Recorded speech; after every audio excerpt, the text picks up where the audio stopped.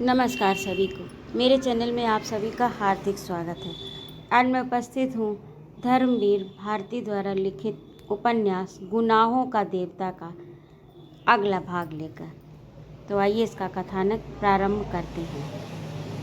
हाँ भाई, तभी तो हमारी माताजी अपनी बहू पर मरती हैं। असल में वह पूजा पाठ करती थी। शुरुआत की इन्होंने पूजा के बर्तन धोने से, और अब तो उनसे भी ज़्यादा पक्की पुजारिन बन गई हैं। कैलाश ने इधर उधर देखा और बोला, यार ये मत समझना कि मैं सुधा की शिकायत कर रहा हूँ, लेकिन तुम लोगों ने मुझे ठीक नहीं चुना। क्यों? चंदर कैलाश के व्यवहार पर मुग्ध था। इन जैसी लड़कियों के लिए तुम कोई कवि या कलाकार या भावुक लड़का ढूंढते तो ठीक था। मेरे जैसा व्यवहारिक और नीरस राजनीतिक इनके लिए उपयुक्त नहीं है। घर भर इनसे बेहद खुश है। जब से ये गई हैं, माँ और शंकर भैया दोनों ने मुझे नालायक करार दे दिया। इन्हीं से पूछ कर सब करते हैं, लेकिन मैंने जो सोच रखा था वह मुझे नहीं मिल पाया। क्यों, क्या बात है? चंदर ने पूछा। गलती बताओ तो हम इन्हें समझाएं। नहीं देखो, गलत मत समझो, मैं ये नहीं कहता कि इनकी गलती है। ये तो गलत चुनाव की बात है। कैलाश बोला, न इसमें मेरा कसूर न इनका। मैं चाहता था कोई लड़की जो मेरे साथ राजनीति का काम करती, मेरी सबलता और दुर्बलता दोनों की संगिनी होती। इसीलिए इतनी पढ़ी लिखी लड़की से शादी की, लेकिन इन्हें धर्म और साहित्य में जितनी रुचि है उतनी राजनीति से नहीं। इसीलिए मेरे व्यक्तित्व को ग्रहण भी नहीं कर पाए। वैसे मेरी शारीरिक प्यास को इन्होंने चाहे समर्पण किया हो, वह भी एक बेमनी से। उससे तन की प्यास भले ही बुझ जाती हो कपूर, लेकिन मन तो प्यासा ही रहता है। बुरा न मानना, मैं बहुत स्पष्ट बातें करता हूँ, तुमसे छिपाना क्या। और स्वास्थ्य के मामले में ये इतनी लापरवाह है कि मैं बहुत दुखी रहता हूँ। इतने में सुधा नहाकर आती हुई दिखाई पड़ गई। कैलाश चुप हो गया। सुधा की ओर देखकर बोला, मेरी अटैची भी ठीक कर दो। मैं अभी चला जाऊं, वरना दोपहर में तपना होगा। सुधा चली गई। सुधा के जाते ही कैलाश बोला, भरसक मैं इन्हें दुखी नहीं होने देता। हाँ, अक्सर ये दुखी हो जाती हैं, लेकिन मैं क्या करूं, यह मेरी मजबूरी है। वैसे मैं इन्हें भरसक सुखी रखने का प्रयास करता हूं, और ये भी जायज़ नाजायज़ हर इच्छा के सामने झुक जाती हैं। लेकिन इनके दिल में मेरे लिए कोई जगह नहीं है, वह जो एक पत्नी के मन में होती है। लेकिन खैर, जिंदगी चलती जा रही है, अब तो जैसे हो निभाना ही है। इतने में सुधा आई और बोली, देखिए अटैची संवार दी है, आप भी देख लीजिए। कैलाश उठकर चला गया। चंदर बैठा बैठा सोचने लगा, कैलाश कितना अच्छा है, कितना साफ स्वच्छ दिल का है, लेकिन सुधा ने अपने को किस तरह से मिटा डाला। इतने में सुधा आई और चंदर से बोली, चंदर चलो, वो बुला रहे हैं। चंदर चुपचाप उठा अंदर गया। कैलाश ने तब तक यात्रा के कपड़े पहन लिए थे। देखते ही बोला, अच्छा चंदर, मैं चलता हूँ, कल शाम तक आने की कोशिश करूँगा। हाँ देखो, ज़्यादा घुमाना मत। इनकी सखी को यहाँ बुलवा लो तो अच्छा।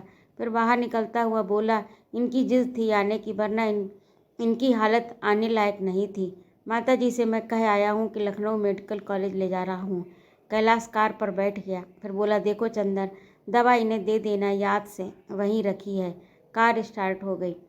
चंदन लौटा। बरामदे में सुधा खड़ी थी, चुपचाप बुझी हुई सी। चंदन ने उसकी ओर देखा, उसने चंदर की ओर देखा, फिर दोनों ने निगाहें झुका ली। सुधा वहीं खड़ी रही। चंदर ड्राइंग रूम में जाकर किताबें वगैरह उठा लाया और कॉलेज जाने के लिए निकला। सुधा अब भी बरामदे में खड़ी थी। गुमसुम चंदर कुछ कहना चाहता था, लेकिन क्या कुछ था जो न जाने कब से संचित होता आ रहा था। उसे वह व्यक्त करना चाहता था, लेकिन सुधा कैसी हो गई है। ये वह सुधा तो नहीं जिसके सामने वह अपने को सदा व्यक्त कर देता था, कभी संकोच नहीं करता था। लेकिन ये सुधा कैसी है, अपने में सिमटी सकुची, अपने में बंधी बंधाई, अपने में इतनी छिपी हुई अब कि लगता है कि दुनिया के प्रति इसमें कोई खुलाव ही नहीं। चंदर के मन में जाने कितनी आवाज़ें तड़प उठी, लेकिन कुछ नहीं बोल पाया। वह बरामदे में ठिठक गया, निरुद्देश्य वहाँ अपनी किताबें खोलकर देखने लगा, जैसे वह याद करना चाहता था कि कहीं भूल तो नहीं आया हूँ। लेकिन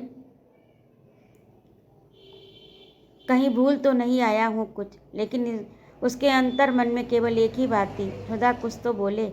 यह इतना गहरा, इतनी घुटन वाला मौन, यह तो जैसे चंदर के प्राणों पर घुटन की तरह बैठता जा रहा था। सुधा निर्वात निवास में दीप शिखा सी अचल निस्पंद थमे हुए तूफान की तरह मौन। चंदर ने अंत में नोट्स लिए, घड़ी देखी और चल दिया। जब वह सीढ़ी तक पहुंचा तो सहसा सुधा की छाया मूर्ति में हरकत हुई। सुधा ने पाँव के अंगूठे से फर्श पर एक लकीर खींचते हुए नीचे निगाह झुकाई और कहा, कितनी देर में आओगे? चंदर रुक गया, जैसे चंदर को सितारों का राज मिल गया। सुधा भला बोली तो, लेकिन फिर भी अपने मन का उल्लास उसने जाहिर नहीं होने दिया। बोला, कम से कम 2 घंटे तो लगेंगे ही। सुधा कुछ नहीं बोली, चुपचाप रह गई। चंदर ने 2 क्षण प्रतीक्षा की। सुधा अब कुछ बोले, लेकिन सुधा फिर भी चुप। चंदर फिर मुड़ा। क्षण भर सुधा ने पूछा, चंदर और जल्दी नहीं लौट सकते? जल्दी? सुधा अगर कहे तो चंदर जाए भी ना, चाहे उसे इस्तीफा देना पड़े। क्या सुधा भूल गई कि चंदर के व्यक्तित्व पर अगर किसी का शासन है तो वह सुधा का है? वह जो अपनी जिद से उछल कर, लड़कर, रूठ कर चंदर से हमेशा मनचाहा काम करवाती रही है, आज वह इतनी दीनता से, इतनी विनय से, इतने अंतर और इतनी दूरी से क्यों कह रही है कि जल्दी नहीं लौट सकते? क्यों नहीं? वह पहले की तरह दौड़कर चंदर का कॉलर पकड़ लेती, मचल कर कहती, अगर जल्दी नहीं लौटे तो? लेकिन अब तो सुधा बरामदे में खड़ी होकर गंभीर सी, डूबती हुई सी आवाज़ में पूछ रही है, जल्दी नहीं लौट सकते? चंदर का मन टूट गया। चंदर की उमंग चट्टान से टकराकर बिखर गई। उसने बहुत भारी आवाज़ में पूछा, क्यों? जल्दी लौट आते तो पूजा करके तुम्हारे साथ नाश्ता कर लेते। लेकिन अगर ज़्यादा काम हो तो रहने दो, मेरी वजह से हरज मत करना। उसने उसे ठंडे, शिष्ट और भावहीन स्वर में कहा। हाय सुधा, अगर तुम जानती होती कि महीनों उद्भ्रांत उस चंदर का टूटा और प्यासा मन तुमसे पुराने स्नेह की एक बूंद के लिए तरस उठा है, तो भी क्या तुम इसी दूरी से बातें करती? काश कि तुम समझ पाती कि चंदर ने अगर तुमसे कुछ दूरी भी निभाई है तो उससे खुद चंदर कितना बिखर गया है। चंदर ने अपना देवत्व खो दिया, अपना सुख खो दिया, अपने को बर्बाद कर लिया, और फिर भी चंदर के बाहर से शांत और सुगठित दिखने वाले हृदय के अंदर तुम्हारे प्यार की कितनी गहरी प्यास धधक रही है। उसके रोम रोम में कितनी जहरीली तृष्णा की बिजलियां कौंध रही हैं। तुमसे अलग होने के बाद अतृप्ति का कितना बड़ा रास्ता उसने आग की लपटों में झुलसते हुए बिताया है। अगर तुम इसे समझ लेती तो तुम चंदर को एक बार दुलार कर उसके जलते हुए प्राणों पर अमृत की चांदनी बिखेरने के लिए व्यग्र हो उठती। लेकिन सुधा, तुमने अपने वाह्य विद्रोह को ही समझा। तुमने उस गंभीर प्यार को समझा ही नहीं जो इस बाहरी विद्रोह, इस बाहरी विध्वंस के मूल में पयस्विनी की पावन धारा की तरह बहता जा रहा है। सुधा, अगर तुम एक क्षण के लिए इसे समझ लो, एक क्षण के लिए चंदर को पहले की तरह दुलार लो, बहला लो, रूठ लो, मना लो, सुधा, चंदर की जलती हुई आत्मा नरक चिताओं में फिर से अपना गौरव पा ले, फिर से अपनी खोई हुई पवित्रता जीत ले, फिर से अपना विस्मृत देवत्व लौटा ले। लेकिन सुधा, तुम बरामदे में चुपचाप खड़ी इस तरह की बातें कर रही हो जैसे चंदर कोई अपरिचित हो। सुधा, ये क्या हो गया तुम्हें? चंदर, विनती, पम्मी, सभी की जिंदगी में जो भयंकर तूफान आ गया है, जिसने सभी को झकझोर कर थका डाला, इसका समाधान सिर्फ तुम्हारे प्यार में था, सिर्फ तुम्हारी आत्मा में था। लेकिन अगर तुमने इनके चरित्रों का अंतर्निहित सत्य न देखकर बाहरी विध्वंस से ही अपना आगे का व्यवहार निश्चित कर लिया, तो कौन इन्हें इस चक्रवात से खींच निकालेगा? क्या ये अभागे इसी चक्रवात में फंसकर चूर हो जाएंगे? सुधा, लेकिन सुधा और कुछ नहीं बोली। चंदर चल दिया। जाकर लगा जैसे कॉलेज के परीक्षा भवन में जाना भी भारी मालूम दे रहा था। मैं जल्दी ही भाग आया। हालांकि सुधा के व्यवहार ने उसका मन जैसे तोड़ सा दिया था, फिर भी जाने क्यों वह आज सुधा को एक प्रकाश वृत्त बनकर लपेट लेना चाहता था। जब चंदर लौट रहा तो उसने देखा सुधा तो उसी के कमरे में है। उसके कमरे में एक कोने में दरी हटा दी, वहाँ पानी छिड़क दिया। एक कुश के आसन पर सामने चौकी पर कोई पोथी धरे बैठी है। चौकी पर एक श्वेत वस्त्र बिछाकर धूपदानी रख दी जिसमें धूप सुलग रही है। लॉन से शायद कुछ फूल तोड़ लाई थी जो धूपदानी के पास रखे हुए थे। बगल में एक रुद्राक्ष की माला रखी थी।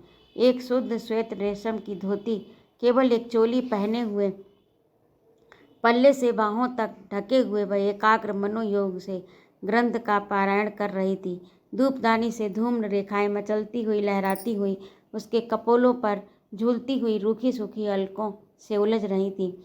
उसने नहाकर केस बांधे नहीं थे। चंदन ने जूते बाहर ही उतार दिए, चुपचाप पलंग पर बैठकर सुधा को देखने लगा। सुधा ने सिर्फ एक बार बहुत शांत, बहुत गहरी, आकाश जैसी स्वच्छ निगाहों से चंदर को देखा, फिर पढ़ने लगी। सुधा के चारों एक विचित्र सा वातावरण था, एक अपार्थिव स्वर्गिक ज्योति के रेशों से बुना हुआ झीना प्रकाश उस पर छाया हुआ था। गले में पड़ा हुआ आंचल, पीठ पर बिखरे हुए सुनहरे बाल, अपना सब कुछ खोकर विरक्ति से खिन्न सुहाग पर छाए हुए वैधव्य की तरह सुधा लग रही थी। मांग सूनी थी, माथे पर रोली का बड़ा सा टीका था, चेहरे पर स्वर्ग के मुरझाए हुए फूलों की घुलती हुई उदासी, जैसे किसी ने चांदनी पर हर श्रृंगार के पीले फूल छींट दे दिए हों। थोड़ी देर तक सुधा स्पष्ट स्वरों में पढ़ती रही, उसके बाद उसने पोथी बंद कर दी। उसके बाद आंख बंद करके जाने किस अज्ञात देवता को हाथ जोड़कर नमस्कार किया, फिर उठ खड़ी हुई, फर्श पर चंदर के पास बैठ गई, आंचल कमर में घोंस लिया, बिना सिर उठाए बोली, चलो नाश्ता कर लो। यहीं ले आओ, चंदर बोला। सुधा उठी और नाश्ता ले आई। चंदन ने उठाकर एक टुकड़ा मुंह में रख लिया, लेकिन जब सुधा इसी तरह फर्श पर चुपचाप बैठी रही तो चंदन ने कहा, तुम भी खाओ। वह एक फीकी हंसी हंसकर बोली, मैं खा लूँ तो अभी कै हो जाए। मैं सिवाय नींबू के शरबत और खिचड़ी के अब कुछ नहीं खाती, और वह भी एक वक्त। क्यों? असल में पहले मैंने एक व्रत किया 15 दिन तक, केवल प्रातःकाल खाने का। तब से ऐसा कुछ हो गया है कि शाम को खाते ही मन बिगड़ जाता है। इधर और कई रोग हो गए हैं। चंदर का मन रो आया। सुधा, तुम चुपचाप इस तरह अपने को मिटाती रही। मान लिया चंदन ने एक खत में तुम्हें लिख ही दिया था कि अब पत्र व्यवहार बंद कर दो, लेकिन क्या अगर तुम पत्र भेजती तो चंदर की हिम्मत थी कि वह उत्तर न देता? अगर तुम समझ पाती कि चंदर के मन में कितना दुख है। चंदर चाहता था कि सुधा की गोद में अपने मन की सभी बातें बिखेर दे, लेकिन सुधा कहे कुछ शिकायत करे तो चंदर अपनी सफाई दे, लेकिन सुधा तो है कि शिकायत ही नहीं करती, सफाई देने का मौका ही नहीं देती। यह देवत्व की मूर्ति सी पथरीली सुधा, ये चंदर की सुधा तो नहीं है। चंदर का मन बहुत भर आया। उसके रूंधे गले से पूछा, सुधा तुम बदल गई हो। खैर, और तो जो कुछ है उसके लिए मैं अब क्या कहूँ, लेकिन अपनी तंदुरुस्ती बिगाड़ कर क्यों तुम मुझे दुख दे रही हो? अब यूँ भी मेरी ज़िंदगी में क्या रहा, लेकिन एक ही संतोष था कि तुम सुखी हो, लेकिन तुमने मुझसे वह भी सहारा छीन लिया। पूजा किसकी करती हो? पूजा कहाँ, पाठ करती हूँ चंदर, गीता और भागवत का, कभी कभी सूर सागर का। पूजा अब भला किसकी करूँगी? मुझ जैसी अभागिन की पूजा भला कौन स्वीकार करेगा? तब यह एक वक्त का भोजन क्यों? ये तो प्रायश्चित है चंदर। सुधा ने एक गहरी सांस लेकर कहा। प्रायश्चित? चंदर ने अचरज से कहा। हाँ, प्रायश्चित। सुधा ने अपने पाँव के बिछियों को धोती के छोर से रगड़ते हुए कहा। हिंदू गृह तो एक ऐसा जेल होता है जहाँ कैदी को उपवास करके प्राण छोड़ने की भी इजाज़त नहीं रहती, अगर धर्म का बहाना न हो। धर्म के बहाने उपवास करके कुछ सुख मिल जाता है। एक क्षण आता है कि आदमी प्यार से विद्रोह कर चुका है, अपने जीवन के प्रेरणा मूर्ति की गोद में बहुत दिनों तक निर्वासित रह चुका है। उसका मन पागल हो उठता है फिर से प्यार करने को, बेहद प्यार करने को, अपने मन का दुलार फूलों की तरह बिखरा देने को। आज विद्रोह का तूफान उतर जाने के बाद अपनी उजड़ी हुई जिंदगी में बीमार सुधा को पाकर चंदर का मन तड़प उठा। सुधा की पीठ पर लहराती हुई सूखी अलकें हाथ में ले ली, उन्हें गूंथने का असफल प्रयास करते हुए बोला, सुधा, ये तो सच है कि मैंने तुम्हारे मन को बहुत दुखाया है, लेकिन तुम तो हमारी हर बात को, हमारे हर क्रोध को क्षमा करती रही हो। इस बात का तुम इतना बुरा मान गई? किस बात का चंदर? सुधा ने चंदर की ओर देखकर कहा। मैं किस बात का बुरा मान गई? किस बात का प्रायश्चित कर रही हो तुम, इस तरह अपने को मिटाकर? प्रायश्चित तो मैं अपनी दुर्बलता का कर रही हूँ चंदर। दुर्बलता? चंदन ने सुधा की अलकों को घटाओं की तरह छिटकाकर कहा। दुर्बलता? चंदर, तुम्हें ध्यान होगा, एक दिन हम लोगों ने निश्चय किया था, हमारे प्यार की कसौटी ये रहेगी चंदर, दूर रहकर भी हम लोग ऊंचे उठेंगे, पवित्र रहेंगे। दूर हो जाने के बाद चंदर, तुम्हारा प्यार तो मुझ में एक दृढ़ आत्मा और विश्वास भरता रहा, उसी के सहारे मैं अपने जीवन के तूफानों को पार कर ले गई। लेकिन पता नहीं मेरे प्यार में कौन सी दुर्बलता रही कि तुम उसे ग्रहण नहीं कर पाए। मैं तुमसे कुछ नहीं कहती, मगर अपने मन में कितनी कुंठित हूँ, कह नहीं सकती। पता नहीं दूसरा जन्म होता है या नहीं, लेकिन इस जन्म में तुम्हें पाकर तुम्हारे चरणों पर अपने को न चढ़ा पाई, तुम्हें अपने मन की पूजा में यकीन न दिला पाई। इससे बढ़कर और दुर्भाग्य क्या होगा। मैं अपने व्यक्तित्व को कितना गर्हित, कितना छिछला समझने लगी हूँ चंदर। चंदर ने नाश्ता खिसका दिया। अपनी आंख में झलकते हुए आंसू को छिपाकर मैं चुपचाप बैठ गया। नाश्ता कर लो चंदर, इस तरह तुम्हें अपने पास बिठाकर खिलाने का सुख अब कहाँ नसीब होगा, लो। और सुधा ने अपने हाथ से उसे एक नमकीन सेब खिला दिया। चंदर के भरे आंसू सुधा के हाथों पर चू पड़े। छी, ये क्या चंदर? कुछ नहीं। चंदर ने आंसू पोंछ डाले। इतने में महाराजिन आई। सुधा से बोली, बिटिया रानी, ले ये नान खटाई हम कल्लही से बनाए के रख दिया रहा है कि तोके खिलाइबे को। अच्छा, हम भी महाराजिन इतने दिन से तुम्हारे हाथ का खाने के लिए तरस गए। तुम चलो हमारे साथ। यहाँ चंदर भैया का कौन देखी। अब बिटिया इनों के ब्याह कर दे तो हम चली तोहरे साथ। सुधा हंस पड़ी। चंदर चुपचाप बैठा रहा। महाराजिन खिचड़ी डालने चली गई। सुधा ने चुपचाप नान खटाई की तस्तरी उठाकर एक और रख दी। चंदर चुप। अब क्या बात करे। पहले वह दोनों घंटों क्या बात करते थे, उसे बड़ा ताज्जुब था। इस वक्त कोई बात ही नहीं सोचती। पहले जाने कितना वक्त गुजर जाता था, दोनों की बातों का खात्मा ही नहीं होता था। सुधा भी चुप थी। थोड़ी देर बाद चंदर बोला, सुधी, तुम सचमुच पूजा पाठ में विश्वास रखती हो? क्यों करती हूँ चंदर? क्यों करती तो हूँ चंदर। मूर्ति जरूर नहीं पूछती, पर कृष्ण को जरूर पूछती हूँ। अब सभी सहारे टूट गए, तुमने भी मुझे छोड़ दिया।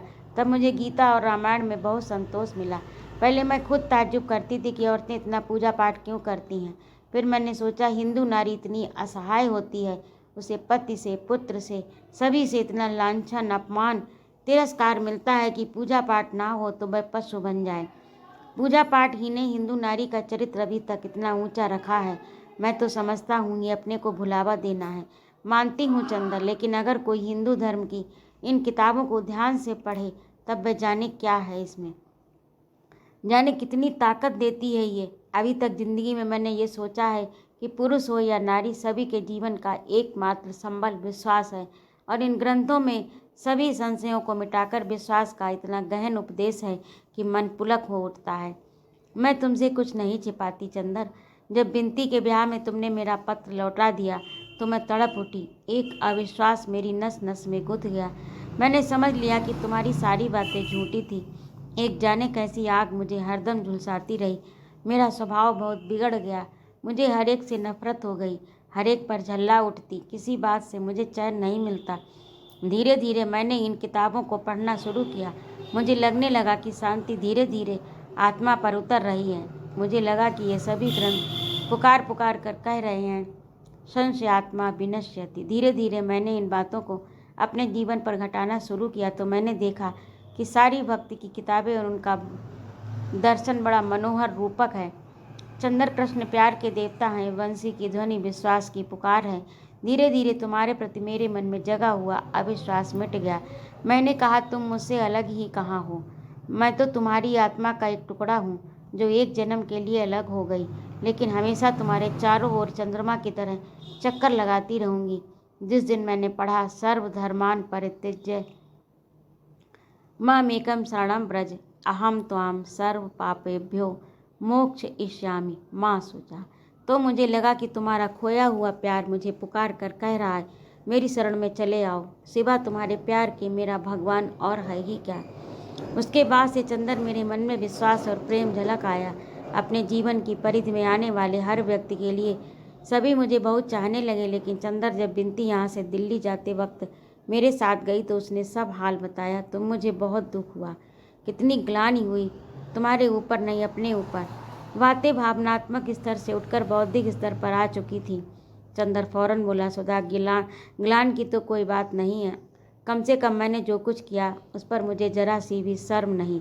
चंदर के स्वर में एक बार गर्व और कड़वाहट सी आ गई। मैंने जो कुछ किया है उसे मैं पाप नहीं समझता।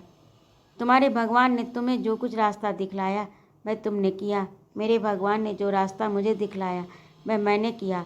तुम जानती ही हो मेरी जिंदगी की पवित्रता तुम थी। तुम्हारी भोली निष्पाप सांस मेरी सभी गुनाह, मेरी सभी कमजोरी सुलाती रही है। जिस दिन तुम मेरी जिंदगी से चली गई, कुछ दिन तक मैंने अपने को संभाला। इसके बाद मेरी आत्मा का कण कण द्रोह कर उठा। मैंने कहा, स्वर्ग के मालिक, साफ साफ सुनो, तुमने मेरी जिंदगी की पवित्रता को छीन लिया। मैं तुम्हारे स्वर्ग में वासना की आग धधकाकर उसे नरक से बदतर बना दूंगा। और मैंने ओंठों के किनारे चुंबन की लपटें सुलगानी शुरू कर दी। धीरे धीरे महाशमशान के सन्नाटे में करोड़ों वासना की लपटें जहरीले सांपों की तरह फुफकारने लगीं। मेरे मन को इससे बहुत संतोष मिला, बहुत शांति मिली। यहाँ तक कि विनती के लिए मैं अपने मन की सारी कटुता भूल गया। मैं कैसे कह दूँ कि ये सब गुनाह था।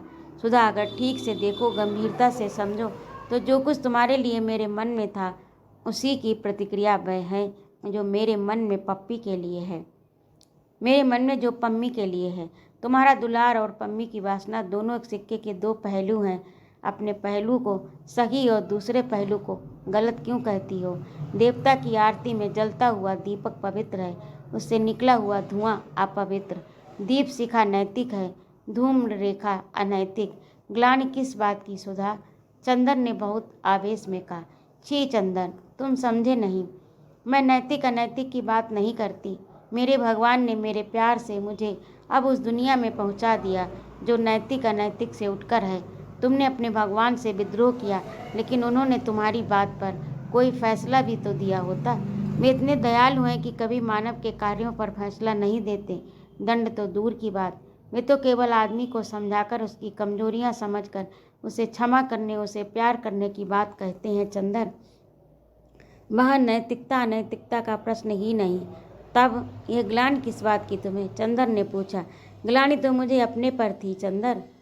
रहा तुम्हारा पम्मी से संबंध, तो मैं विनती की तरह नहीं सोचती। इतना विश्वास रखो, मेरी पाप और पुण्य की तराजू ही दूसरी है।